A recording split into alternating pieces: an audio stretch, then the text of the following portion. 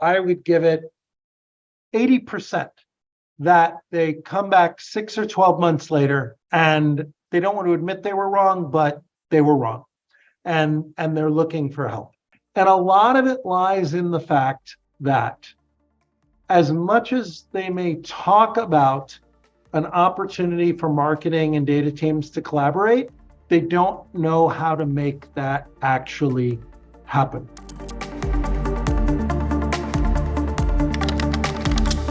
I'm thrilled today to have our guest, Aric Zion, on the podcast. Aric comes as CEO at Zion and Zion. Aric, welcome to the show. Well, thank you, Jason, for having me. Greatly appreciate it. Great. Well, Aric and I, for our listeners today, we were catching up the other day, and Zion and Zion, is an agency that actually focuses on CDPs specifically, and Aric will talk about this extensively in the minutes to come. As I was talking more and more with Aric the other day, it became incredibly obvious to me that look, from Simon Data's perspective, when we think about CDP, it's a piece of technology, it's a platform, it's sort of the center of the world. When in fact, when you look at CDP from an organizational perspective, it's much more than a piece of technology. It's a set of competencies, it's a set of processes, it's a set of capabilities, it's a set of use cases. It's a new way of working cross-functionally across engineering, across data, across marketing, across customer-facing teams. In some sense, I don't want to make this into something too transformational, but it is a transformation of the business, and it is a new way of orienting to your customer through the lens of data. So that really brings us today to our big question, and that's what actually is CDP for modern enterprises today, and with this, what are some of the key dimensions required to build an effective CDP strategy? So Aric, before we dive in, into sort of specific points here, anything to sort of add at a high level on that? Yeah, so I think you always hear people say that it's not just technology, and the common phrase you hear is, well, it's people, processes, and technology. But what generally happens is no one ever goes into more depth than that, right? Well, what does that mean for people? What does that mean for processes? Like, how do you break that down further in order to get there? And I think that's a really important thing that every executive in the world would say, well, of course, that's really, really important. And 95% of the people out there have very little idea on how to take it any further than that. Yep, 100%. So, in line with sort of where we're focusing today, I'm not going to ask you about features of CDP at all. We're actually going to start with some of the use cases and how does this map to some of the required capabilities, and what does that look like at a high level? Yeah, so we view CDP, and I think you've said this, it is a core technology, not just in the sense that it can sit in the middle of the MarTech ecosystem, but it provides an organization a way to realign itself and to begin to think instead of in campaigns, but instead in journeys, in cross-functional ways, in collaborative ways, et cetera, thinking about the use cases that work for those customer journeys. And that's a very, very different way of thinking for most organizations. Organizations tend to be highly siloed, and often the bigger they are and the more successful they are, the more siloed they become, because it's tough to manage a very large organization without creating silos. So there's this inherent conflict. You get bigger, you want to be more innovative, but you become more siloed, and then you need to try and break down those silos in order to be more innovative. So unlike something like just a data warehouse, where that doesn't transform all of the functions around the data warehouse, a CDP does, because a CDP has aspects of data warehousing, analytics, marketing, journey-oriented campaign development, et cetera. So it enables a completely different way of operating for a business. I would give the following analogy. So it's like imagining that we had a society where people lived scattered all over the place in tents, and there was no town or anything like that. They're just living all over the place on the land, let's say agricultural environment, raising their own food, et cetera, et cetera. And now you come along and you build a town square and they can all interact. Well, what happens? People develop trades, they come from different kinds of backgrounds, they bring their skills, etc. But operating in that way requires a very different way of thinking, right? You go from your siloed, I do it all for myself, into an environment where you need to understand what all these other people are offering and how you're going to work together in order to live your lives.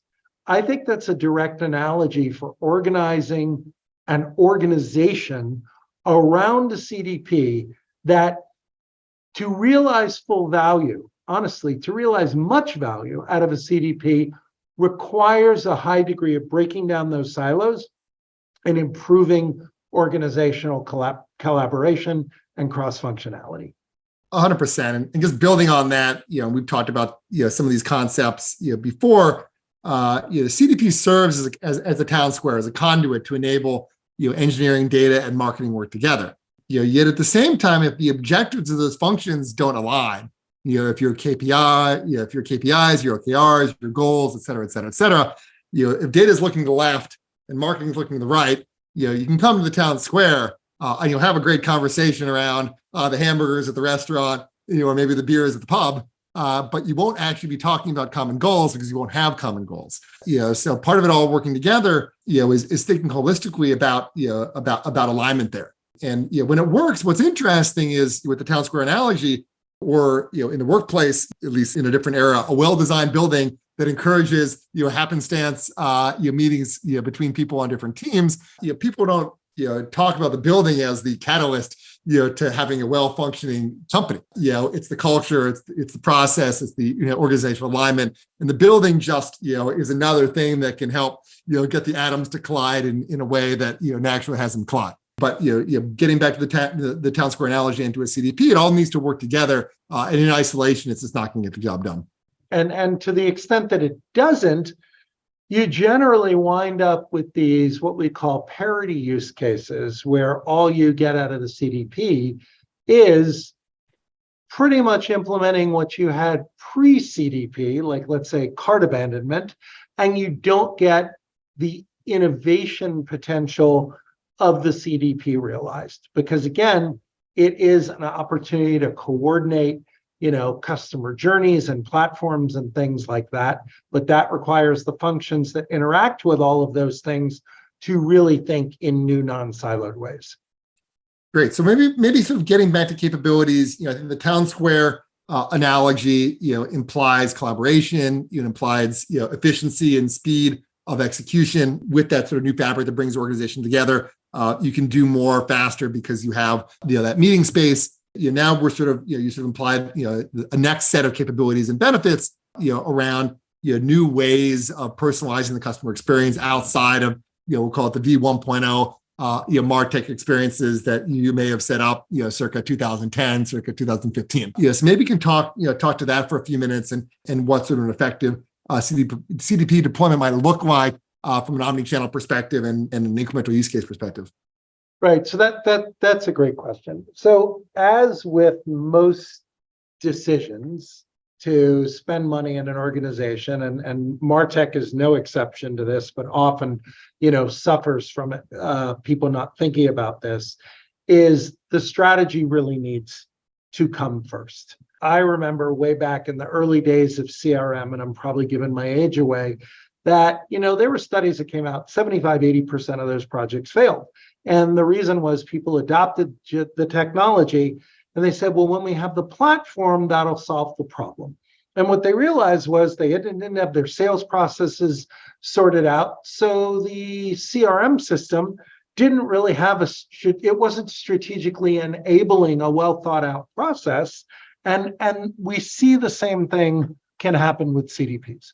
So the way we tend to approach this is, first, we take like a profitability tree perspective, like what are the revenue drivers and cost saving drivers of the organization that ultimately ladder up to profit? And then how do you further subdivide those things until you get down to the level where you're now talking about CDP use cases. So you could imagine some more advanced use cases, maybe being in a product that is IoT, that reports its data into a data warehouse, and then rules are created in order to keep the product user informed of how that product is operating, and maybe that drives recurring revenue and proactive maintenance and things like that. And then you've got the really simple use cases like, hey, let's just do abandoned cart. So it is important to think strategically of what drives revenue and cost savings in your organization, and then to follow that line of thinking down to the use case level. And you get to things that are far more interesting than simple, let's just decrease our cost of acquisition, or let's just suppress an audience that shouldn't be getting advertising anymore. Those are things that are achievable in other ways as well. So when we look at use cases, we really consider 9 things. 1, defining through that profitability tree analysis the strategic objective. And then once we've done that, and I'll do this in quick turn, what are the attributes of the users that are going to be part of that audience? What context needs to surround the use case? Like, let's say it's very hot outside, or it's allergy season. 3, what are the touch points that the use case will encompass? And that could be human, physical, digital, et cetera. 4, what stages of the customer journey will the use case encompass? It's not always pre, during, or post. Sometimes it's a combo, right? You could have an abandoned cart use case that's pre-purchase, but it's really post-purchase, because a lot of the people that abandon the cart are existing customers. So you wouldn't treat them the same as the ones that were never customers before. Then you get into where we look at the experience. So a human, physical, digital, what aspects of the experience are to be encompassed in the use case, and what should happen in each of those cases. Then we get into measures and analytics. This is where proactive planning comes in. So you're not asking your data team 3 months after you executed a use case, where the marketing team isn't saying, oh, well, we need to understand how successful that was. Can you pull the following things? And then the analytics team says, well, somebody told me 3 months ago, you were going to deploy that use case. I would have been measuring these other following things, and therefore I would have the answer to your question. So we see that time and time again, that the analytics and data teams come up empty-handed, and then the executives look back and say to the marketing team, so you spent 3 months doing this, and now you can't tell me whether it was successful or not? So this is what I mean by when you really put a fine point on the people and process issues. And then the 8th item of the 9 is testing. We've seen many cases a client deploys a use case. After the fact, they realize they should have had a formal control group, because just varying it by geographic region, 25 US states will get this experience and 25 will get that experience. Well, then they wind up with mixed data. 10 of the states perform well in experience A, 13 of the states perform well in experience B. If they had a control group, they would get their solid answers there. And then thinking about segmentation as well, both pre-hoc, meaning, do I want to, for example, to deploy to high spenders versus low spenders, different use cases? Or will I deploy the same thing to everyone, but post-hoc, I'm going to want to look at how it performed for high spenders versus low spenders differently in order to gain insight. So that kind of structure, even a light version of that structure, is missing from 90% of the organizations that we engage with. And that's a lot of what we're bringing to the table, is how to think and restructure your thinking in this new world of CDP enablement. Yep. No, and there's one of among the 9, there was sort of one that I think ties many of the others together. And that ultimately is, really stems from something you said around CEOs really looking at CDPs as a way of having marketing and data teams work together. And this threads through the data that powers the CDP. This threads through the experimentation capabilities. This threads through abilities to do somewhat deeper level of insights and analytics on performance, et cetera. And then, of course, it threads into the data and IT's ability to properly support the marketing and the business-facing requirements of measurement. Ultimately, garbage in, garbage out.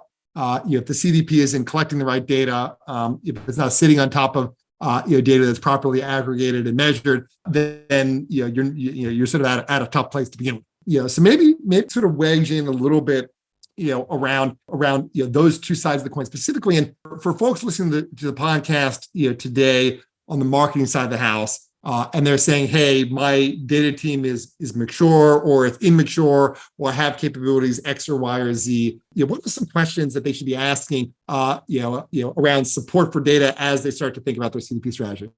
Yeah, so what I will say is it is extremely common that an organization goes into a CDP deployment stating, I pretty much have everything I need except a little bit of hands-on platform implementation help. It is also, I would give it 80% that they come back 6 or 12 months later and they don't want to admit they were wrong, but they were wrong. And they're looking for help. And a lot of it lies in the fact that as much as they may talk about an opportunity for marketing and data teams to collaborate, they don't know how to make that actually happen because their data teams are not marketers. And while their marketers may increasingly be digitally savvy and numbers savvy, there is a very big difference between looking at campaign performance data and doing the kind of analytics and segmentation work that can be done when you're in a CDP environment, to analyzing a journey that progresses over time, to doing the kind of time series analysis and data science work and predictive modeling that can come with all the new inputs you're getting because you're living in a CDP world. So even their data teams often have never thought about that kind of an analysis. And the marketing teams typically aren't data science and analytics savvy enough in order to tell those analytics teams, data teams what to do. So you wind up with this gap of they only knew what they knew going in, which was we, the marketer, have typically been campaign oriented. And we, the data team, have often been very driven by the request of the moment and are so swamped with trying to keep up with the metrics that management is asking for, we've never had a chance to broaden our learning and embrace this world. So things don't wind up moving forward. So what's your advice? I mean, obviously, folks like yourself, add value and help people think through this process. But if you were to maybe offer, one soul searching question, for listeners of the episode to ask themselves right now, I like that. Who are trying to figure this out, like what would that be? That hard question that maybe people aren't really asking, the elephant in the room, across, what would that be? Okay. So let me start with an analogy. I think I have the answer to your question. So companies get involved in mergers and acquisitions all the time. And they frequently fail to achieve the objectives. They want to put an orgs together. They want 1 and 1 to equal 3. And sure, they get some operational cost savings by merging the organizations, but they often fail to realize 1 and 1 equaling much more than maybe 2.1, let alone getting to 3. So the reason is, I find, is that when organizations merge, they are so focused on the operational costs, the operational savings that come with the merger, that the last thing they want to do is cut down on productivity and billable time, things that will generate immediate revenue. So they put even more pressure on the organization to realize the value of the merger, which means they don't let these people carve out time to learn to work better together and to leverage the fact that 1 and 1 are in the room together now and could equal 3 if they gave them some time to breathe. The same thing happens with a CDP deployment. So went back to the CRM analogy. The platform will do it for me.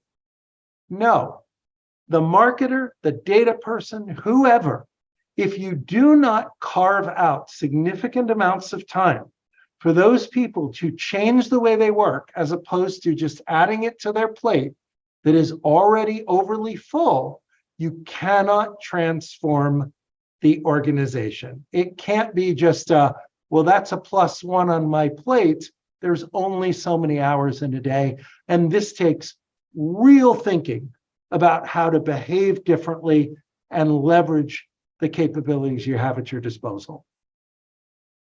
I think it's a good analogy. It's sort of a big analogy at that as well. And I think the hardest thing about it is, like any transformation, you're trying to get to the other side. It's a lot different to read a spec sheet than to actually execute against the spec sheet and ask, what does it unlock? What are the end-to-end use cases and capabilities? So with this, Aric, last question for you. We just spent the last 20 minutes or so talking about the foundations of a CDP strategy and how certainly technology is a big part of it, but there's a lot more beyond that as well. If you were to have this conversation again with anyone in the world, who would it be and why? Yeah, okay, great question. Well, sure. I think if I could pass myself back this knowledge that I and our agency have accumulated today, pass it back to us 3-4 years ago, that would be amazing. I would liken it to, you look at like a major consulting firm, like a McKinsey, who have spent decades developing intellectual property and frameworks and things like that. A lot of blood, sweat, and tears to accumulate that wisdom. So sure, I would love to take what we know today back to our team from 5 years ago, 4 or 5 years ago, because it has come at a price in terms of effort, watching ourselves occasionally stumble, watching clients stumble a lot, but spending the years to curate that information, translate it into highly actionable frameworks that can keep people on track. That is the knowledge I would want to pass back in time. I'd want to shrink wrap that up and say, guess what? This is going to take you about 23,000 hours over the next few years, but here it is. It's all been thought out and organized for you. Yep. In some sense, that's sort of the secret of any successful transformation is figuring out, those sort of pivot points that really make it all possible that in hindsight feel pretty obvious, but going into it, both don't feel obvious and don't feel easy. Yep. That's a great response. So, and sharing our wisdom with us. And really, when I reflect on what we're talking about here, it's a concept that we've covered in the past in the show. Technology can play a critical process in workflow. And workflow can transform processes. It can transform certainly business efficiency, and it can also transform culture. But at the same time, technology on its own, can't do any of these things. The conversation we had today was, yes, rooted around a technology platform called the CDP, but it was really one of omni-channel personalization strategies. Really one of thinking about a new world of first-party data, and what people, processes, systems are required to effectively unlock that, to stay competitive in a hyper-competitive marketplace. And with the level of competition that 10 years ago, if you get batch and blasted, hey, it's Wednesday, June 7th, we're doing a 10% off sale, everyone, come on and buy your widgets.